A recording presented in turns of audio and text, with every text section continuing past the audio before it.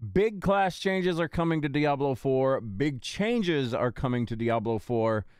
This is going to be kind of a long video. We're going to try and speed through it as quickly as possible. Today, the 10th of October, there was a dev update.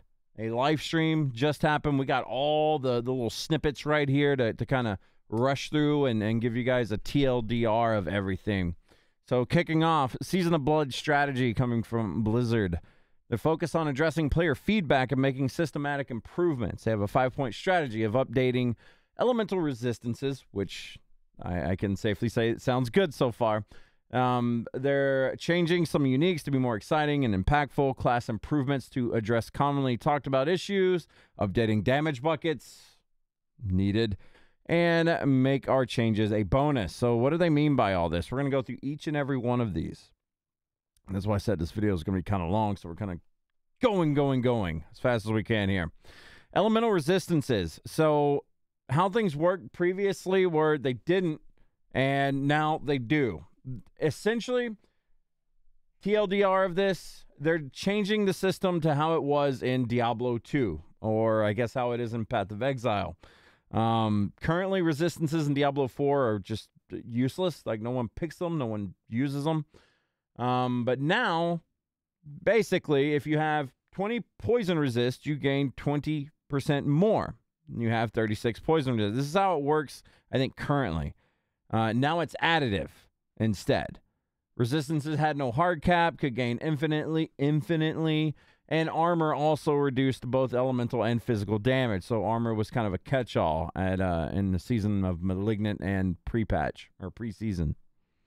Now elemental resistances overall impact will matter more, and resistances will be more complex. There is a puzzle to solve. All right. So the goals of elemental resistances. The goals with an endpoint. Players should be able to hit the 70 cap or 70% cap at level 80 for most resistances. Players shouldn't fall too far behind. Rings and amulets will add all resist. Fail-safe to ensure players have minimum amount of resistances. Puzzle to solve, mini paths to max. Use gear, paragons, elixirs, etc. to get to and raise the cap. Resistances is more about the journey than the destination. Elixirs will be a great way to shore up any resistance deficiencies for a specific fight. So essentially, you're always, if you're going to reach it at level 80 and we're going to be leveling 40% faster, I feel like resistances now are kind of going to be an afterthought. You're just going to hit it eventually. And then for your specific fights, like your, say, your Galvanic boss, so that's lightning. Your ice boss, ice resistance, Duriel, poison resistance. You're going to be popping these potions for specific fights, for example. So you boost up over the cap and therefore take a lot less damage as a result. Moving on, we're going to uniques. Oh, by the way, that elemental change is a bonus. It's not a negative thing. Uniques are generally not too exciting. Too often players don't feel good when they drop, even for builds that they are intended for. They did a giant pass, updated nearly every unique in the game. The new stats, these are fake examples. Increased tornado duration isn't a stat, but now it exists on this one unique. So essentially they're going to make like fun builds and stuff for uniques. Larger existing stat ranges. Bonus fire damage normally rolls 15 to 25%, but on this item, it's 30 to 45. So uniques are just going to have that extra oomph, I guess. Override slot rules. Cooldown reduction can't normally roll on a weapon, but on this unique, it does. Updated unique effects. This unique normally requires hitting enemies from behind on Tuesdays. But now it just works when hitting enemies. Okay. So these are some changes to the uniques. I'm going to zoom in here so you guys can actually see this. You can pause the video at any time and compare like some of the changes that they're going to be doing to like Fist of Fate. Let's move to the right over here. Grasp of Shadows. Basically like, 18% damage on Shadow Clone damage. Now bumped up to, it can roll up to 52% instead of 21. So that's big. It's a big change. Here's some more changes to uniques that we can look at. Hellhammer, one of my I love upheaval builds on Barb, so this is kind of like striking home for me. Also in the live letter, they did announce, or in the stream earlier, they did announce that ranks to skills is going to be much more impactful now, so that's a good change. But as you can see, like just damage rolls on these altogether are huge. I mean, look at the overpower damage being buffed up, and overpower got changed itself as a stat we are going to be looking for. But I mean, just looking at these are big bonuses. Uniques are going to be more fun overall, so that's a good change. They talked about target farming quite a bit. Let me back this up just a little bit so you guys can see everything. So these are some of the bosses that are going to be in the game in Season 2. So as you can see, they have a list of uniques. Like if you are looking for the Howl from Below for Necromancer, you're going to be target farming Grigrior. I think I'm saying his name correctly, probably butchered. If you're looking for a Wind Force, you're going to be focusing on Grigrior. Just little things like this are much needed, I think. This makes target farming easier to understand. This makes target farming a thing. Finally. For Varshan, you know, if you're looking for your 50th pair of Frostburns, there you go. Or a Mother's Embrace, there you go. Let's see some of the more fun ones here. Lord Zier has a whole list of things you can farm from him. But yeah, it's going to make farming easier. Beast and Ice, there's a whole list of things here. At any time you guys want to pause the video to if I'm going too fast here, go. Duriel, this is one that I really wanted to look at because Duriel is going to be dropping your Uber unique. So Duriel is definitely going to be something you're going to be target farming.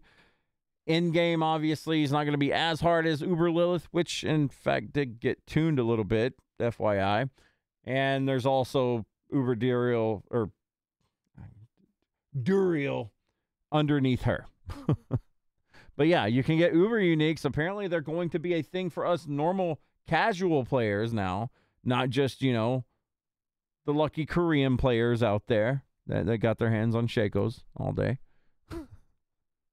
Yeah, we can now target farm and get some Uber uniques, which will always roll maximum stats. We got that in the last live letter, or I keep calling it live letter, the last update. And some class adjustments.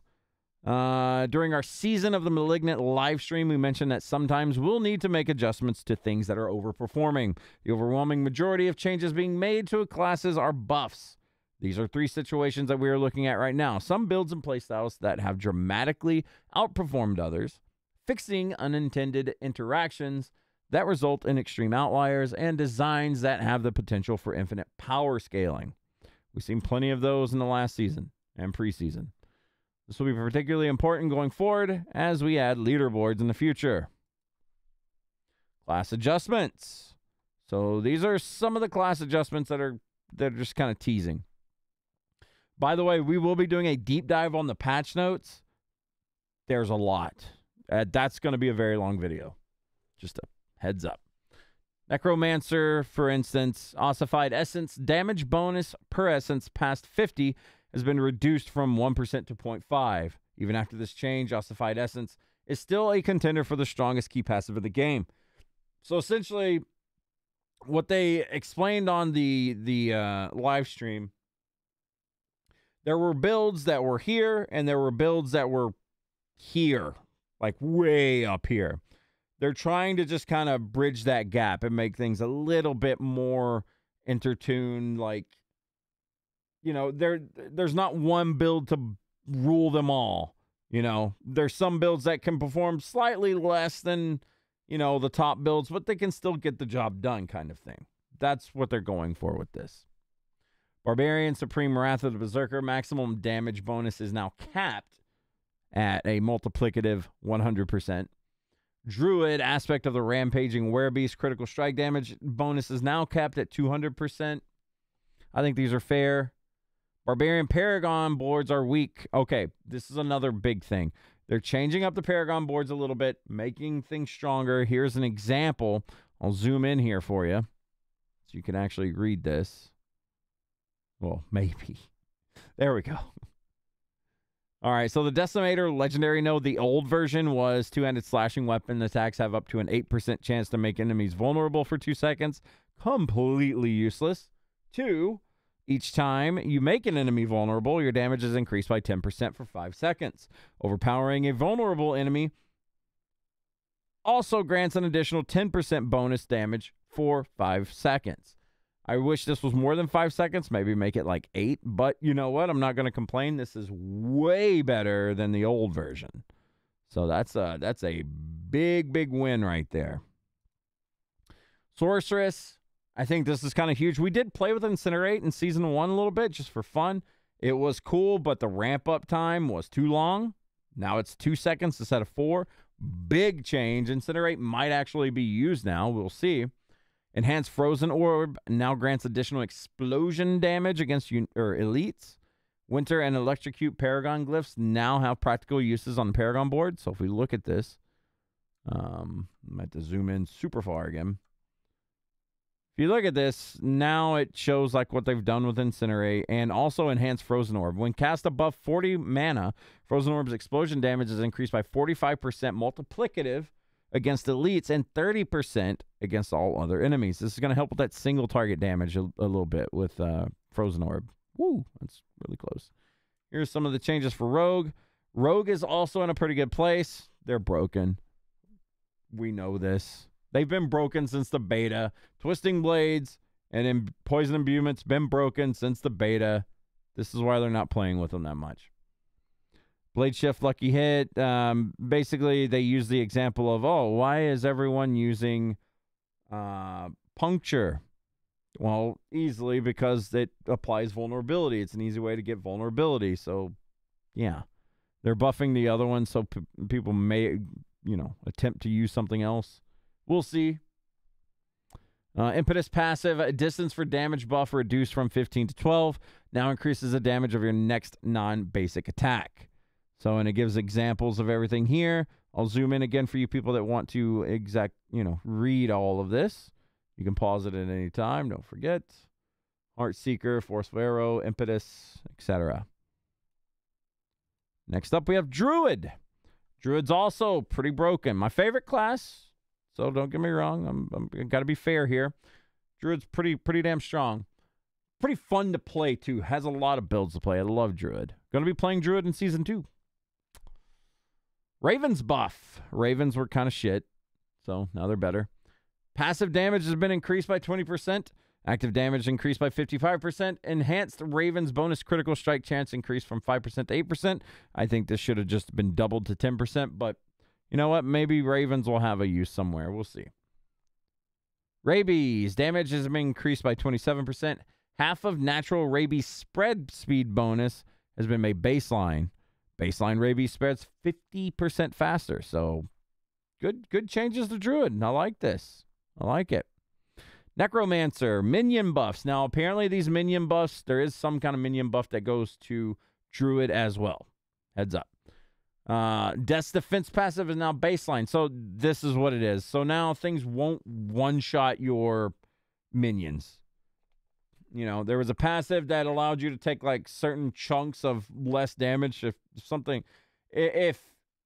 If an enemy, elite, or a boss just completely mollywopped one of your skeletons, it doesn't just melt.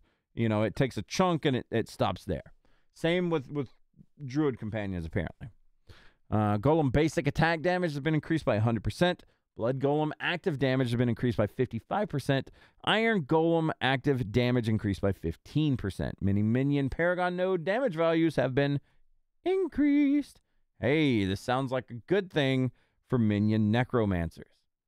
Coldbringer's aspect now allows skeletal mages to cast Blizzard instead of only cold. Good buff. Skeletal warriors inherit thorns. Skeletal mages inherit thorns, and Golem inherits thorns have been removed and replaced by a unified minions inherit thorns affix. Let's go. I'm going to zoom in for this one real quick. Zoom in real good. There it is. Shields now have armor. Shields now have armor. Glory be. Okay, this, I'm not going to lie to you. This, I think I have a decent understanding of how this is going to work. I'm going to do my best to explain it. I hope I'm right. If I'm wrong, hang me in the comments. All right. Damage buckets, this is how they currently are. Crit damage and vuln damage were different buckets. Mixing buckets gave multiplicative damage bonuses for their entire amount. So what we seen in builds was you build crit damage, you build vuln damage, and you build crit. Those are the three big things you go for, and that's about it. That's why it was super boring. In Season of Blood, crit damage, vuln damage, and overpower are now different buckets. Mixing buckets gives multiplicative damage bonuses, but it's capped. It's capped. Extra damage bonus damage to these categories is additive. So, for vulnerability, that's a 20% cap. Crit damage, 50% cap. Overpower damage, 50% cap. We also fixed a lot of how overpower damage is calculated, TLDR. Well, I don't know why they did a TLDR of that, but they did. Overpower will be much better now. So essentially how I think this is going to pan out, people are going to be building for this cap, and once they hit that cap, they're going to be going for other things that are high. So, for instance, how cutthroat damage is calculated currently for rogues. They're essentially going to be hitting these numbers at 20%, 50%, 50%, and then they're going to go and do other things that will benefit them. Poison imbuement damage or cutthroat damage, things like that. And I think that's just how the game's going to be playing for now. For every class, I think you're going to hit this cap, then you're going to move on to something else. Maybe it's damage while things are CC'd. Who knows? You know, I'm not a farseer. That's just my guess. I think this is how this is going to work. Damage buckets, Season of Blood. Crit damage, vuln, and overpower are different buckets. Mixing buckets gives multiplicative damage bonuses, but capped per bucket. Extra bonus damage, these categories is additive, like we said, but this is, you know, showing a chart for us. 150% crit strike damage. 50% of it is multiplicative. This is additive crit strike damage. It just is visualizing it better for you. Moving on, we got damage buckets. Overall impact, nominal damage numbers will go down. Mixing damage types is less required. Individual damage types are more equal in value. And they just kind of, they wanted to line everything up here kind of thing. So your crit vuln builds, other builds, monster power, everything lined up correctly here. Positive change, obviously. The game did get kind of boring with crit vuln builds only. We'll see what happens now, but, you know. Damage bucket goals. We want players to be rewarded for investing into their primary vector of damage. Example, Blood Necromancers investing in plus overpower damage. And to then find other vectors of damage, scaling as they customize their character. We do not want the game to only be simpler with this change, only removing the synergy and giving nothing back. Make it a bonus. Damage bucket changes in a vacuum could be a negative experience. Quote, wait, you're lowering my damage and making it less rewarding to try to build crit vuln. I hate this. Fair. End quote. Tuning monsters to be appropriate with the new player power level. Total player power difference should be minimal. Likely more powerful due to unique upgrades and other changes. And the last slide they had, make it a bonus again. Delivering on a previously stated goal, we're adding Paragon Glyphs to every class to allow various legendary effects to scale. Adding 2 new Paragon Glyphs per class. This is huge. We plan to do more of this kind of design in the future. And it shows some right here. We can see Rumble. It might be a little bit blurry for you guys. Hopefully you can see it okay. I'll zoom in a little bit more. Essentially, you know, your Earthquake's going to deal more damage for strength, or for the more strength that you have. 10% increased damage to bosses and crowd control enemies for each active Earthquake. That's pretty cool. And then we have Stalagmite, or what did the dev call it? I don't remember what he called it, but it was something funny in the live stream. You misspoke. Anyway, this is a rare glyph for Sorks. For every 5 int purchased within range, or ice spikes will deal increased damage. Pretty cool. Ice spikes also gain crit strike chance. That's another big one. And then over here we have explosive. So this is for rogues. For every 5 dexterity purchased within range, or stun grenades will deal increased damage. I don't know how cool this is going to be. I don't really use stun grenades, but, you know, maybe it's pretty cool. That is everything that was on the live stream today. So, what are your thoughts on it? I think it's a positive direction that the devs are taking us with Diablo 4. Is it going to get everyone back? Probably not. A lot of people are still going to be on the sidelines crying, saying worst game ever. But I think overall, this is a big positive change. Resistances, I feel like, are going to be kind of an afterthought since we're just going to kind of get them. But, you know, that might not be a bad thing. We'll see. I remember playing Diablo 2, and I absolutely loved digging for resistances to survive more. I only play hardcore, so resistances were huge in Diablo 2, right? But we'll see how they pan out. I'm not going to pass judgment quite yet. The damage bucket thing, that's, again, it seems like a positive change. Any kind of deviancy from what we currently have is a good thing, in my opinion. Currently, I think builds are just kind of at the moment. There's not really too much build diversity as far as what can do what. But I do think this is a positive change. I'm very excited for Season 2. If you guys want more, give me a little bit of time. We're going to be going over patch notes. It's a lot. I skimmed over the patch notes before I went live with this video.